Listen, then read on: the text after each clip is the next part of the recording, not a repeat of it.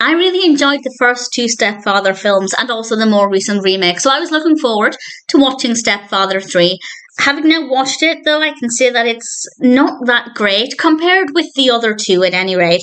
On its own, had this been the first Stepfather film I'd seen, which, by the way, I don't recommend. I think it's best to watch them in order because it makes more sense that way. But had I seen this on its own, I would probably have said it's an okay film.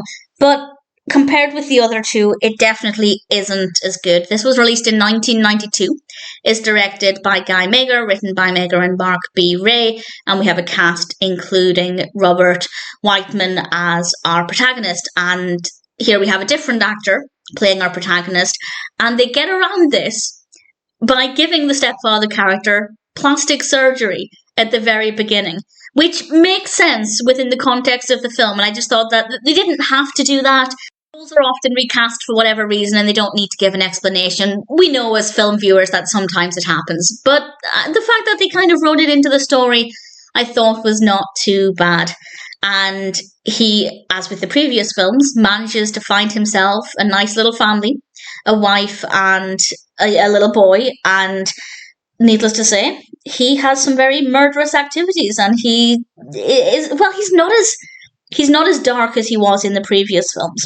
And I did find this with the second film. I found that the second film, the character didn't come across as dark and mysterious as he did in the previous film. And this one is kind of even less intense. The character is less intense than he was in the previous film. And I don't know if it's just because we learn more about him, so we expect it, so it's not as surprising.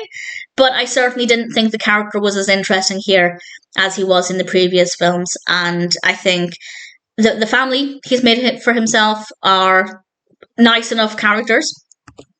Andy the son, played by David Tom, I thought was a really likeable character, and I think a little younger than the other characters we've seen so far, the other children we've seen so far. I could be misremembering that, but it was certainly an interesting perspective, and I rather liked what he brought to this. With regards to our stepfather character, he was fine. But as I said, he just wasn't as dark as the previous films, and the actual specifics of the narrative didn't feel as interesting either.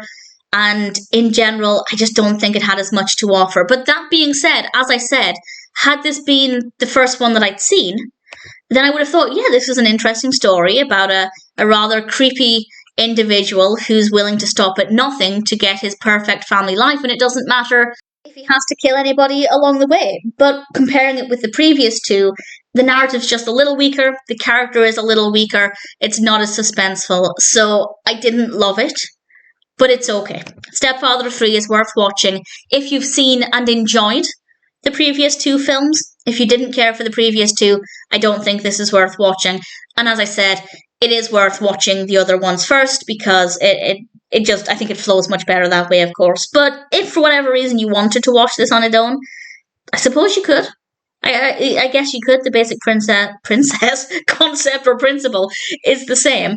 And in general, I'm happy enough to recommend it. Not as good as the previous two, but it's okay.